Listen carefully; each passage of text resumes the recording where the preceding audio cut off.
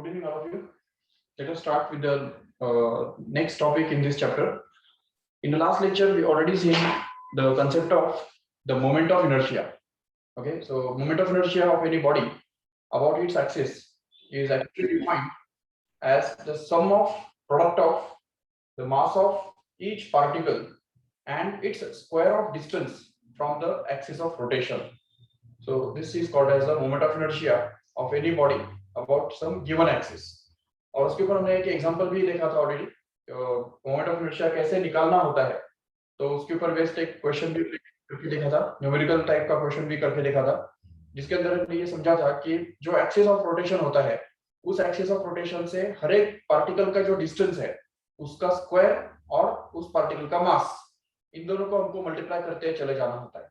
और जैसे हम ऐड करते हैं सभी को, तो उससे हमको पूरे बॉडी का मोमेंट ऑफ इनर्शिया मिल जाता है।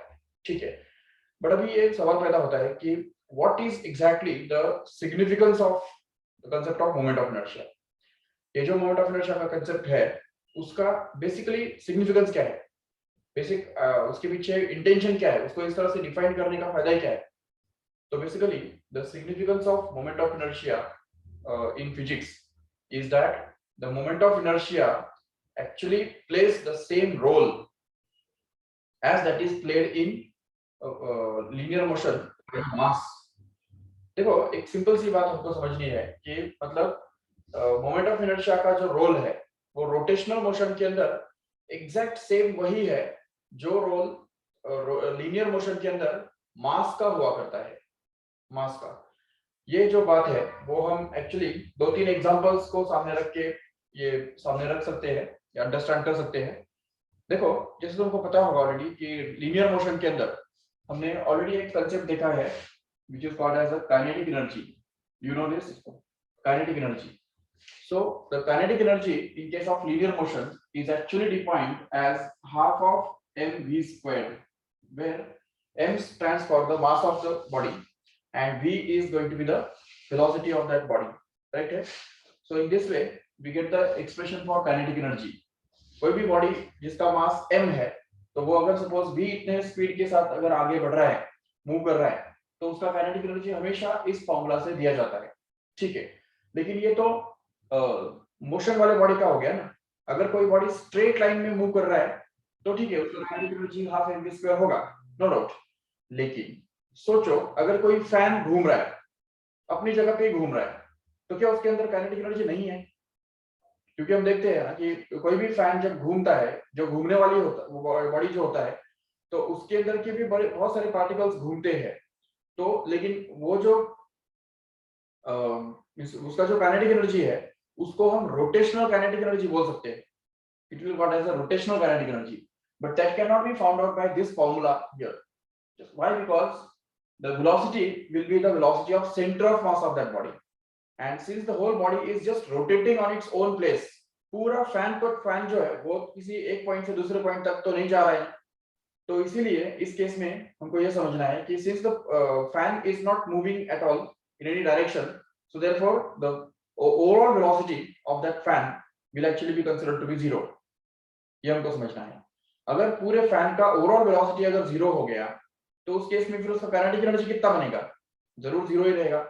तो इसका मतलब हम ये बोल सकते हैं कि the fan has this linear kinetic energy which is going to be zero, but the fan must have another type of kinetic energy which cannot be found out by using this formula, but it has to be found out by some other formula, and that kinetic energy of the fan will actually be called as the rotational kinetic energy.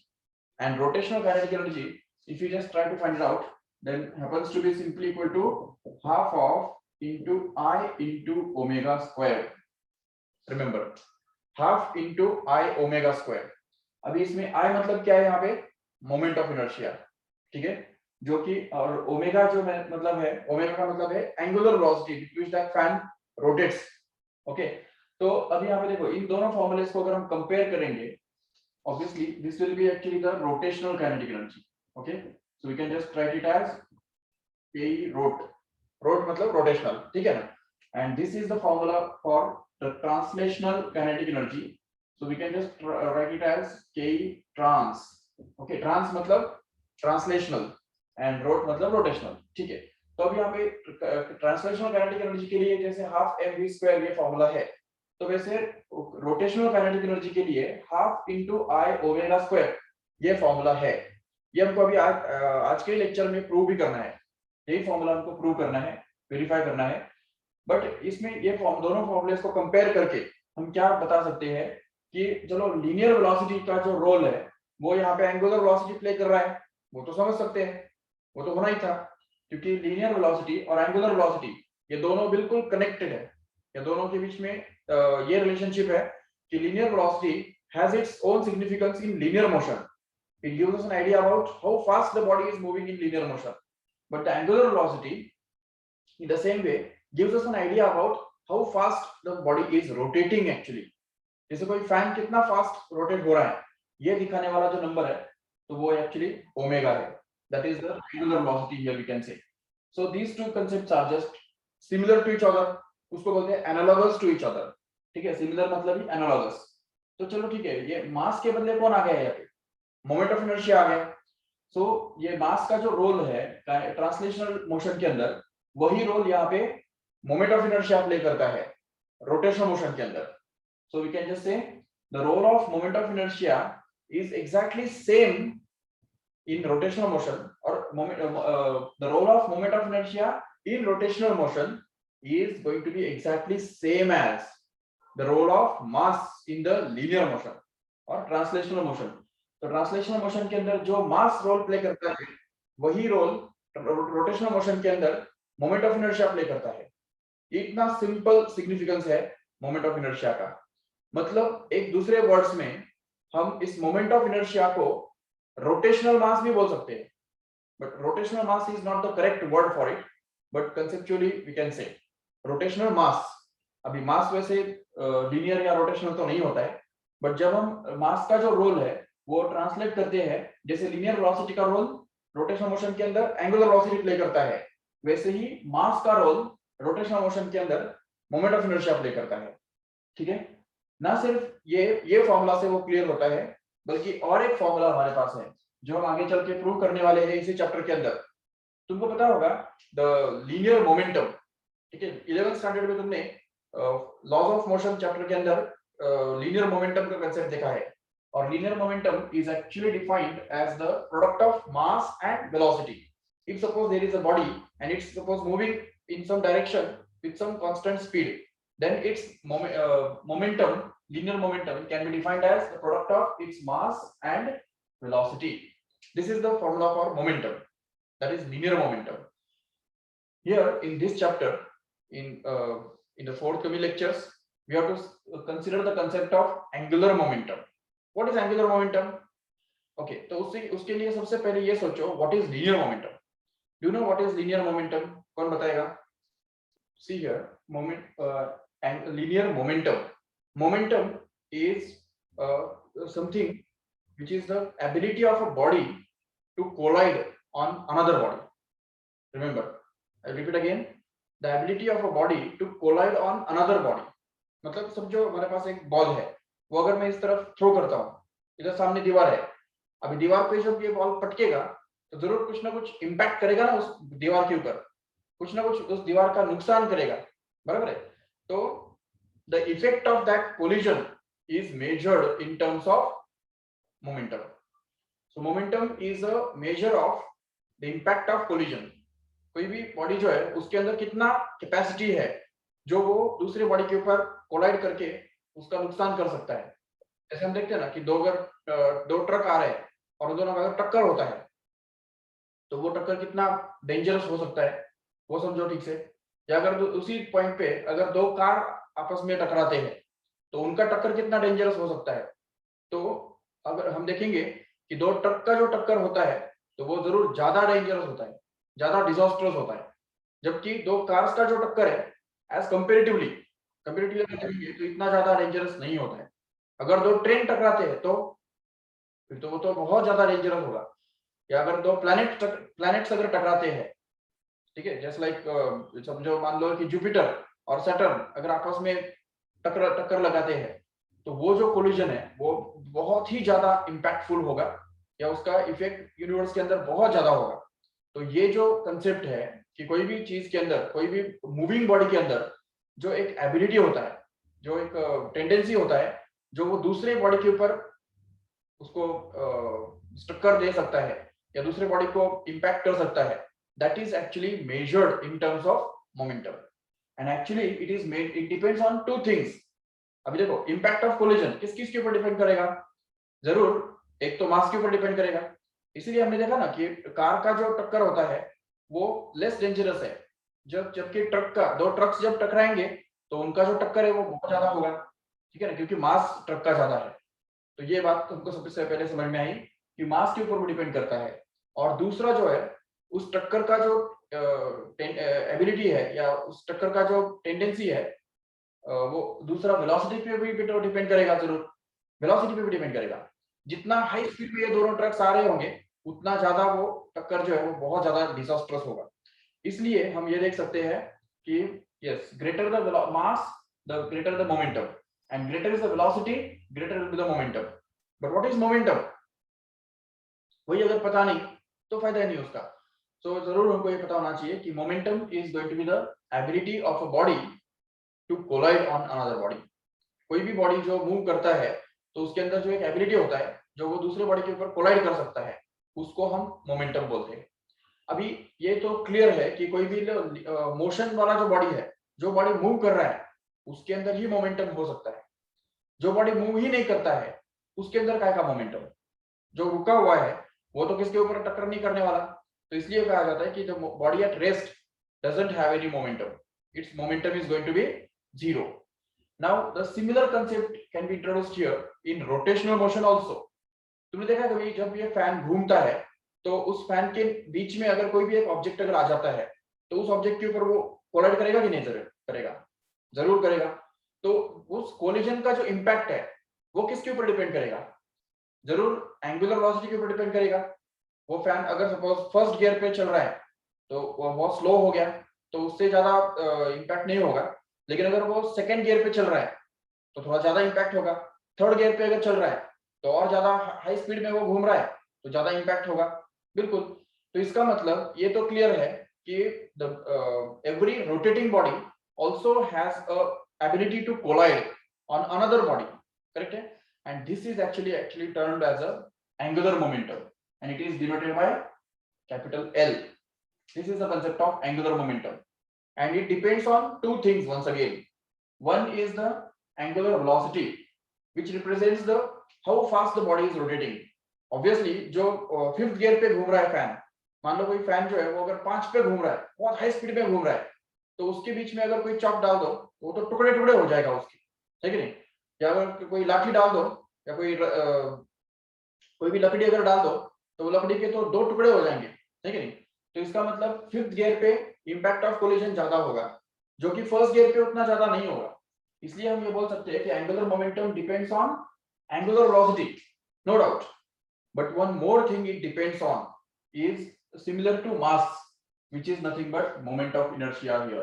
Okay, we can once again say that the role of mass played in the linear motion is exactly same as the role of moment of inertia which is played in the rotational motion. तो rotational motion में moment of inertia same role play करता है जो कि mass play करता है linear motion के अंदर.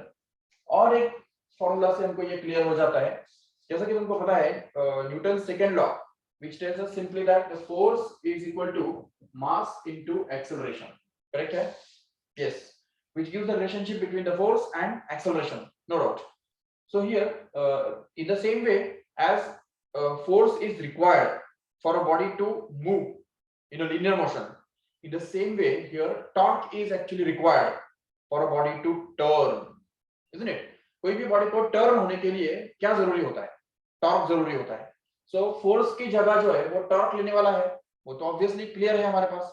द फोर्स के बदले यहाँ पे टॉर्क आ जाएगा. बिल्कुल ठीक है. Torque is the ability of the force to turn the body और रोटेट द बॉडी. किसी भी फोर्स का जो रोटेशनल मोशन प्रोड्यूस करने का जो कैपेसिटी होता है उसको ही टॉर्क कहा जाता है. और at the same time in the same way as the body moves and rate of change of linear velocity is called as acceleration. Here, the rate of change of angular velocity is actually called as angular acceleration, which is actually denoted by alpha. Already we have seen it in the last section, circular motion. तो ये alpha हो गया, ए के बदले क्या आ गया, alpha आ गया, ठीक है, वो तो आना ही था. लेकिन अभी यहाँ पे मास जो है, m is called as a mass, which represents the inertia of any body. ठीक है, it opposes the motion of the body, or it opposes any change in its state of rest or state of motion of the body. So if we just replace this mass by a similar quantity here in the rotational motion, then in rotational motion we'll have to replace it by moment of inertia once again. That means this is the third formula which we can just compare it with this formula in the linear motion, and we can just get an idea that in the same way as torque plays the same role as that of the force, okay, and angular acceleration plays the same role as that of this linear acceleration here in the rotational motion. So the moment of inertia plays the same role as that of the mass in the linear motion. Okay, from this formula also we can just get that the angular velocity plays the same role in rotational motion as it is played by velocity in the linear motion. Here, angular momentum plays the same role as that in rotational motion as that is played by linear momentum in linear motion. So here also I plays the role of m, and here obviously you can just say that the rotational kinetic energy is similar to translational kinetic energy. Omega is similar to v, so I must be similar to m. That is the conceptually the significance of moment of inertia here. Okay, चलो ठीक है, तो ये moment of inertia का significance समझ में आया सबको ठीक से? What is the significance of moment of inertia? The moment of inertia plays the same role in rotational motion as it is played by mass in linear motion. That's all. It's a simple है. That is called as the significance of moment of inertia. Yes. Now let us try to prove this first formula which we have just stated here. Actually हमको ये तीनों formulas prove करने हैं turn by turn. But first of all, let us start with this rotational kinetic energy. Rotational kinetic energy is equal to half of I omega square. ये हमको prove करना है, ठीक है? और simply you have to derive the expression for rotational kinetic energy of a body. Yes, लिखा है ना? ठीक है. Okay, so let us consider any rigid body. ठीक है, कोई भी एक शेप का एक rigid body ले लेते हैं, तो इस तरह से है, और उसके अंदर n number of particles है, बहुत सारे particles उसके अंदर है, ऐसा हम consider करेंगे. Suppose this is the axis of rotation, and suppose this body has n number of particles of masses m1, m2, m3, m4, and so on up to mn, which are located at the distances like r1, r2, r3, r4, and so on up to rn in general. Okay, तो अभी चलो ठीक है, ये axis यहाँ पे इस तरह से वर्टिकल दिख रहा है, और पार्टिकल्स जो है वो इस तरफ, कोई इस तरफ है, ऐसा हमको दिख रहा है. लेकिन अगर इसको हमने ऊपर से अगर देखा, ठीक है, ऊपर से, तो हमको कैसे दिखाई देगा? एक्सिस ऑफ रोटेशन हमको दिखाई नहीं देगा, बल्कि जो बॉडी का जो क्रॉस सेक्शन है वो सिर्फ दिखाई देगा. सपोज ये हमने ऊपर से देखा अभी, और ये एक्सिस ऑफ रोटेशन इसमें से पास हो रहा है, just like this. ठीक है, axis of rotation is going to be perpendicular to the plane of the body in this way, and particles of the body will be like m1, which is of at a distance r1. Here it is another particle, m2, which is located at a distance r2 from the axis, and then here it is going to be r3, sorry, m3, which is going to be at a distance r3 from the axis of rotation in this way. Okay, तो ये सारे जो particles है तो वो हमने देख लिए. तो ठीक है, there will be number of particles m4, m5, mn will be also there, no doubt. But चलो ठीक है, सैंपल फॉर्म में हम तीन पार्टिकल्स भी दिखा देंगे तो भी चलेगा. ठीक है. Now how will you find out the rotational kinetic energy of this body? When the body is rotating about an axis passing through the point O here, and which is perpendicular to the plane of this figure, and suppose the body is going to rotate in this direction here, ये direction में ये body rotate हो रहा है, और वो भी angular omega इतने एंगुलर स्पीड के साथ अगर ये बॉडी रोटेट हो रहा है, ठीक है, omega is going to be the angular velocity with which the body rotates actually. Okay, yes, so what will happen is each and every particle of this body will just rotate, okay, in the radius of different circles but with the same angular velocity because it's a rigid body. Correct है, ये rigid body होने की वजह से जितने angle से ये particle m1 वाला पार्टिकल यहाँ पे पहुंचेगा, ठीक है, जितने टाइम में उतना ही एंगल ये m3 वाला पार्टिकल भी कवर करेगा जरूर, और उतना ही एंगल m2 वाला भी पार्टिकल कवर करेगा. तो ठीक है, let us consider this body to be rotating like this, okay, with the same angular speed in this clockwise direction suppose. ठीक है, क्लॉकवाइज डायरेक्शन में ये बॉडी पूरा जो है वो रोटेट हो रहा है इस तरह से. ठीक है, अभी देखो अगर एक थीटा इतना एंगल कवर करता है ये बॉडी, अगर मान लो ये m1 वाला पार्टिकल जो है वो m2 पे आ जाता है, ठीक है, थीटा इतना एंगल कवर करके, तो सारे जो पार्टिकल्स है उसी टाइम के अंदर उतना ही एंगल कवर करेंगे. इसका मतलब सारे पार्टिकल्स के लिए क्या है ना कि angular velocity is going to be the same, just like fan. Fan के बारे में भी हम देखते हैं, जब फैन घूमता है, ये समझो एक फैन है, ये उसके ब्लेड्स हैं, तो ये फैन जब घूमेगा तो क्या होगा, उसके सारे ब्लेड्स जो है वो घूमेंगे, और उस ब्लेड्स के ऊपर जो सारे पार्टिकल्स है वो भी तो घूमेंगे जरूर. अभी जब ये पार्टिकल ये 120 डिग्री कवर करके यहाँ पे आएगा, तो उस समय ये भी पार्टिकल जो है वो उतना ही एंगल कवर करके यहाँ पे आएगा. तो इसका मतलब हम ये देख सकते हैं कि ये पूरा जो ब्लेड है वो 120 डिग्री से घूम जाएगा सेम टाइम में. इसका मतलब जरूर कि the angle described per unit time is going to be the same. अगर हम बात करेंगे थीटा अपॉन टाइम की, that is going to be the same. But if we just talk about the distance traveled per unit time, then that is different. Obviously, just because this particle will just travel this much distance only, but this particle will travel a large distance in the same time, and that's why we can just say that the velocity of this particle, ये जो है distance upon time को velocity बोलते हैं, तो velocity of this particle will be different. We can call it as v2, and the velocity of this particle will be called as v1. Okay. Because this particle is going to be at a distance r1 from the center, and this one here is going to be at a distance of r2 from the center. So since their radii are different, the linear velocities will be different, but angular velocity is not going to be different. Angular velocity is actually going to be the same in both of these cases. ठीक है, both of these particles, दोनों particles का angular velocity same रहने वाला है, लेकिन linear velocity अलग-अलग होगा. जो पार्टिकल दूर है उसका लीनियर वेलोसिटी ज्यादा होगा, जो पार्टिकल सेंटर से नजदीक है, मतलब एक्सिस ऑफ रोटेशन के करीब है, तो उसका लीनियर वेलोसिटी ऑब्वियसली कम रहेगा. तो वही बात जैसे हमने यहाँ पे देखा, वही बात इन सभी पार्टिकल्स के लिए भी लागू है. इवन फैन के भी सारे पार्टिकल्स के लिए ये बात लागू है. तो इसलिए angular velocity will B same so far as the fan is a single body, rigid body. So, but the linear velocity will be different for different particles because their radii are different. तो हर एक particle का जो axis of rotation से distance है वो अलग-अलग होता है, और इसीलिए हर एक पार्टिकल का लीनियर वेलोसिटी अलग-अलग होगा. लेकिन एंगुलर वेलोसिटी के बारे में हम बोल सकते हैं कि angular velocity is actually going to be the same for all the particles, no problem. Okay, तो ये हमको समझना है. अगर ऐसा है तो अभी देखो फर्स्ट पार्टिकल के ऊपर अगर फोकस करते हैं, ठीक है, so first particle is just moving tangentially with some velocity v1, let us say.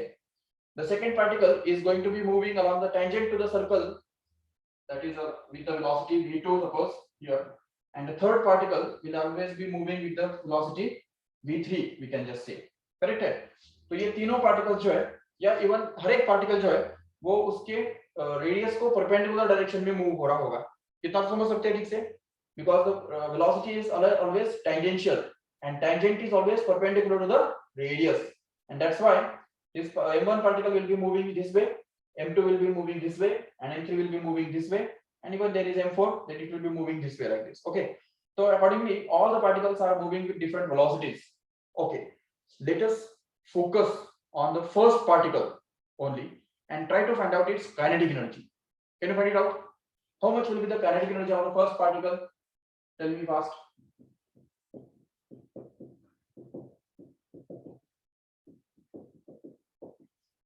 Yes,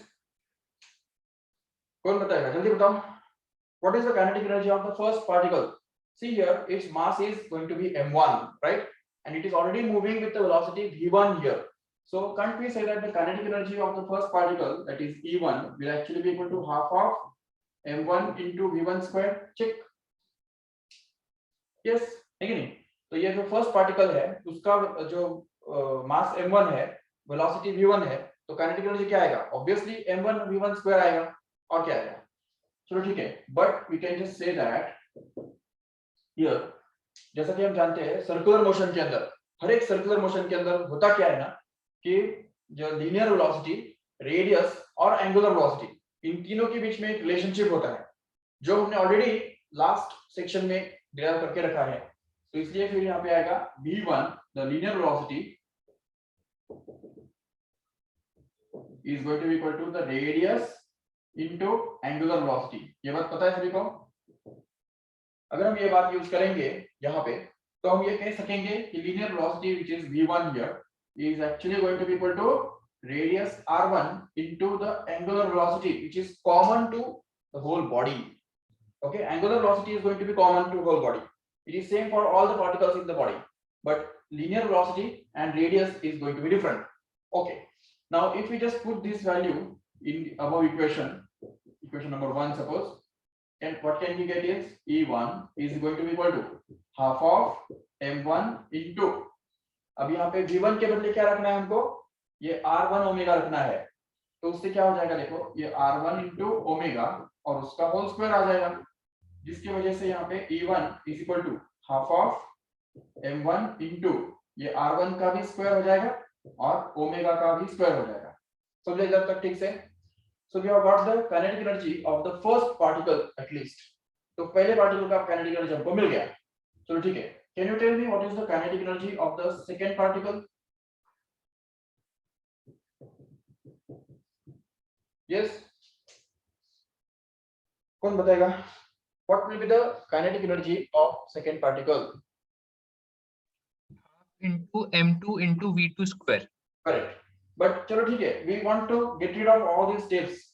v2 will be equal to r2 into omega, and then r2 into omega the whole square will reduce into r2 square omega square. So can't we directly write it as E2 is equal to half of m2 r2 square omega square? Time थोड़ा बच जाएगा, है कि नहीं? बार बार यही सब हमको करना है सेकंड वाले पार्टिकल के लिए. तो चेंज क्या होगा, देखो ठीक से यहाँ पे इस फार्मूला में और इस फार्मूला में फर्क क्या पड़ेगा? सिर्फ यहाँ पे m1 के बदले m2 आएगा, फिर r1 के बदले r2 आएगा, ओमेगा तो वैसे भी सेम है, right? Okay, similarly we can just say that for the kinetic energy of the third particle will be how much. अभी फिर से बताओ, थर्ड पार्टिकल का काइनेटिक एनर्जी क्या होगा? सॉरी, सेकंड ना,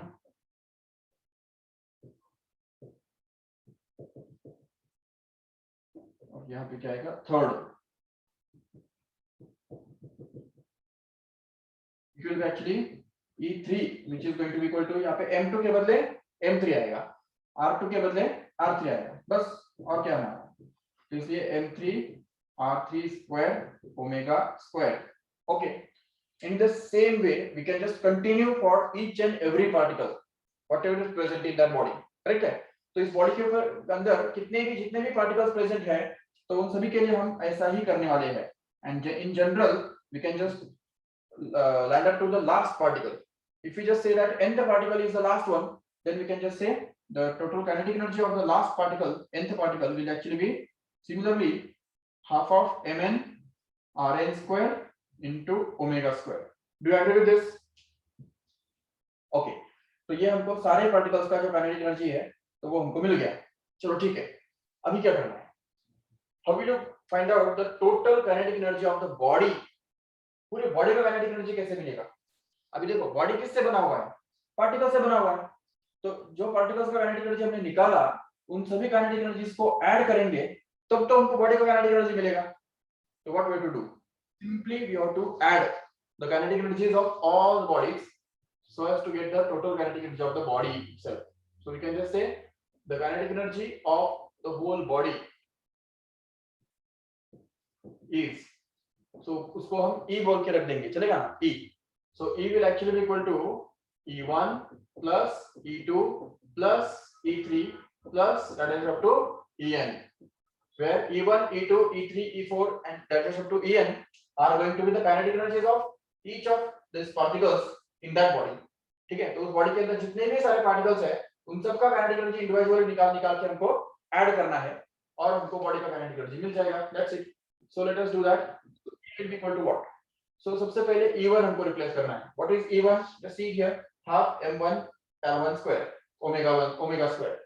सो here it will be half of m1 r1 square omega square. डाल दिया. ठीक है. Second one, kinetic energy of the second particle will be half of m2 r2 square omega square. चलो ठीक है. प्लस द थर्ड पार्टिकल के लिए हम डाल देंगे half m3 r3 square omega square and that is up to last one that is half mn into rn square into omega square. Correct है. तो देखो ओमेगा स्क्वायर जो है वो तो सबके लिए कॉमन है बिल्कुल, लेकिन ये जो है m1 r1 m2 r2 वही चेंज होता जाएगा. तो जो कॉमन है तो हम ब्रैकेट के बाहर भी ले सकते हैं जरूर. So if you just do that then we can get it as E is equal to half is taken common, okay, and also omega square can be taken common completely outside the bracket. okay, क्या किया हमने, हर एक term में से omega square बाहर ले लिया और हाफ भी बाहर ले लिया. अंदर में क्या बचेगा? अगर देखो केयरफुली तो ओमेगा स्क्वायर चला गया, हाफ चला गया, तो अंदर यहाँ पे फर्स्ट टर्म में से क्या बचेगा? m1 r1 square.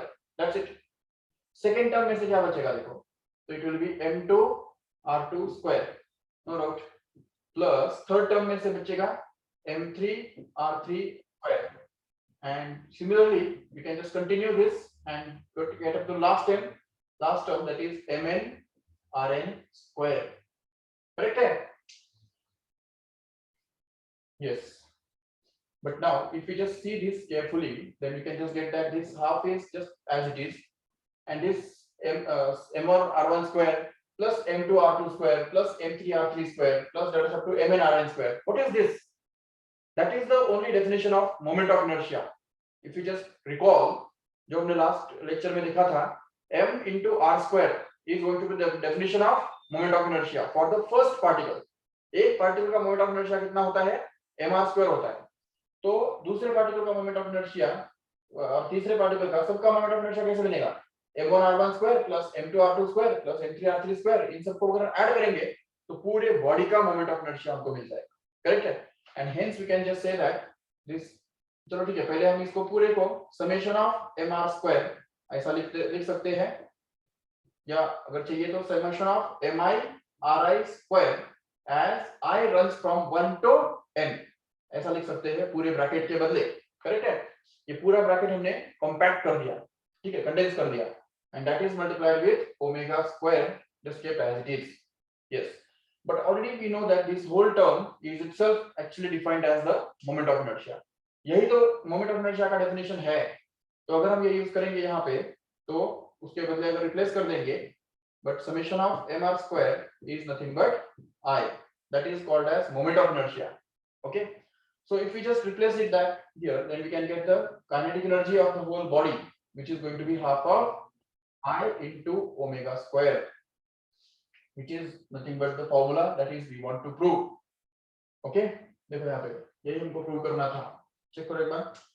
so the rotational kinetic energy of any body is actually going to be equal to half of I omega square, that is we have proved already. okay, so this is all about the derivation.